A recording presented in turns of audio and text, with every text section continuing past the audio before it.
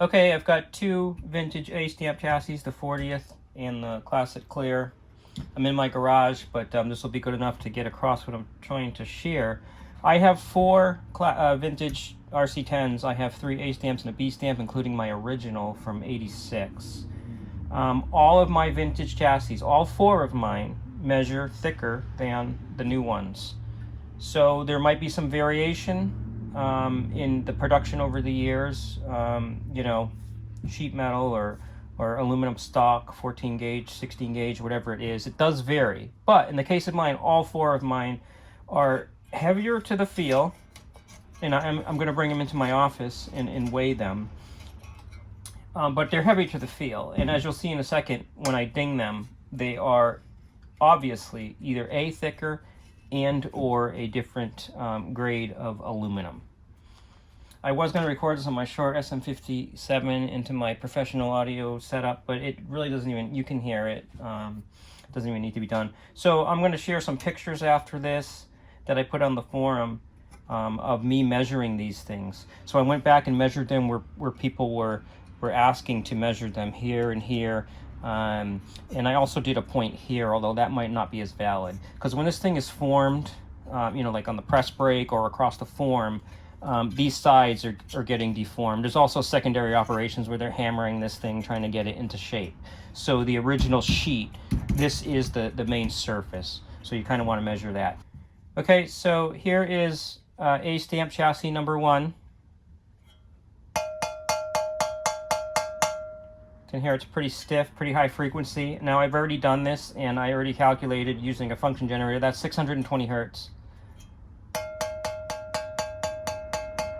The second A-stamp is virtually identical, 620 hertz. Then you get to the 40th,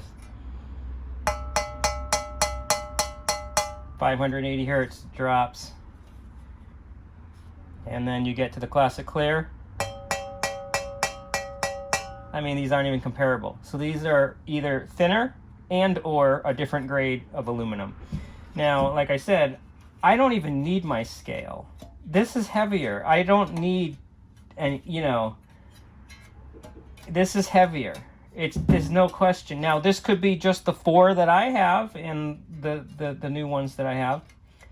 But it's just not, you know, and mine is even warped. This is like kind of warped. It's like when I went to measure them and put them together to compare the thickness. This chassis is not formed as well as the originals either. So that's it. I'm going to share the pictures here as well of my measurements. But for what it's worth, that's what I found. Okay, so I brought home my best scale. It has 1 milligram accuracy. I just calibrated it. And I have not weighed these yet. I'm very interested. But like I mentioned, there is no doubt. I can feel a weight difference just by holding them, and it's pretty significant. It's totally significant. I mean, it's in the case of my sample set here, it's not even a there's no debate. So let's find out here. A-stamp number 1, 172.82. A-stamp number 2, 171.58.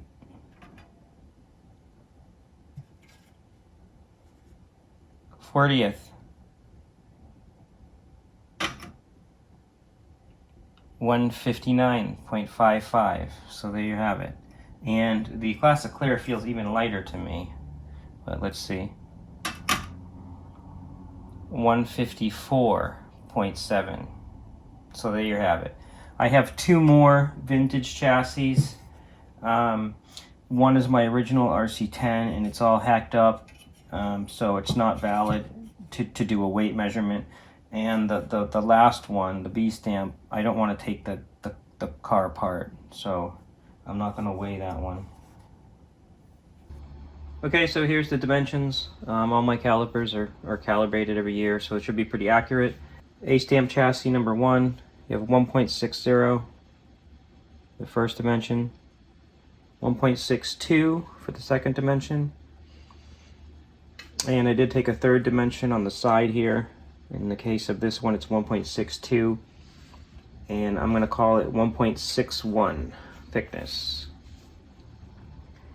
The second chassis, A stamp number 2, you got 1.60 for the first measurement, 1.61 for the second measurement, and 1.58 for the third measurement. We'll call that one 1.60 thickness. Now onto the 40th. You got 1.55 for the first measurement. Now I tried to give the benefit of the doubt to these new chassis. I took the thickest measurements I can get versus with the other ones I kind of took the thinnest measurements I can get. Because if you do the same measurement a bunch of times, you'll get like a few hundredths difference sometimes. So in any regard, I took the 1.55 from that position, 1.54 from the second position,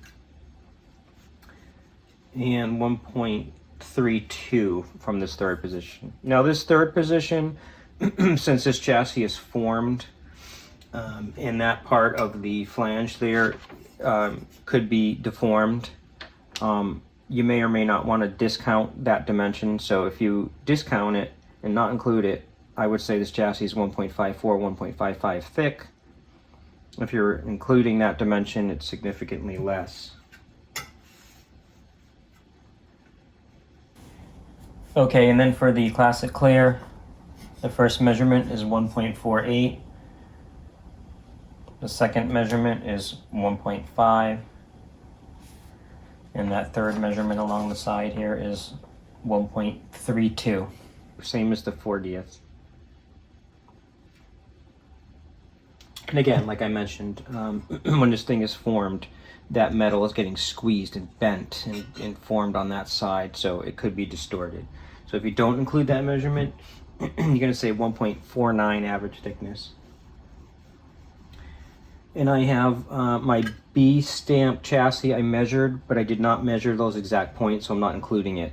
But the measurements were all in the 1.7 and above range, slightly above. The average thickness was 1.7, but it was not the exact same surfaces.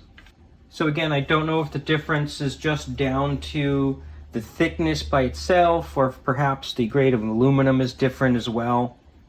But as I've mentioned, I can see the difference in thickness on my samples, even though it doesn't seem like that much in the dimensions. You know, maybe 10% thickness. I guess that's pretty significant.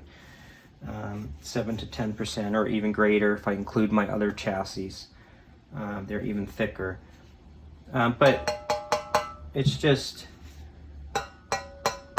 if you're holding them, at least the ones I have here, there's no question that there is a significant difference between my original vintage chassis and these new ones.